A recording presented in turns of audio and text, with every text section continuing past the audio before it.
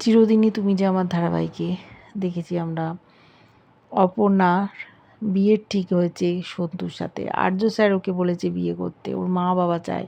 ও চিৎকার করে বলেছে যে স্যার আমি আপনাকে ভালোবাসি, কিন্তু যেহেতু আর্য স্যার বলেছিল বিয়ে করতে ও তাই রাজি হয়ে গেছে। ওর মা খুব খুশি, সন্তুর বাবাও রাজি, তাড়াতাড়ি বিয়েটা দিতে চায়। একটা দিন নির্ধারণ করেছে আশীর্বাদের।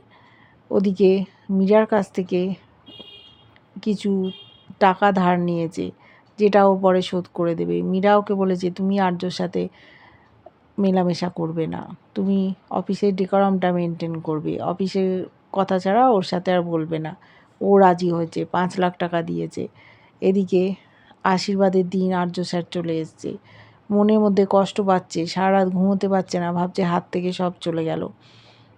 ইচ্ছে করেই বিয়ে করতে রাজি হয়েছে সন্তুর সাথে অপর্ণা। আর্য স্যারকে শাস্তি দেবে। আর্য স্যারও কিছু বলছে না। এসে গেছিল আশীর্বাদের দিন, বিয়েও হয়ে যাবে। কি করবে আর্য? আদৌ কি নিজের মনের কথা বলবে অপর্ণাকে? দেখতে থাকো।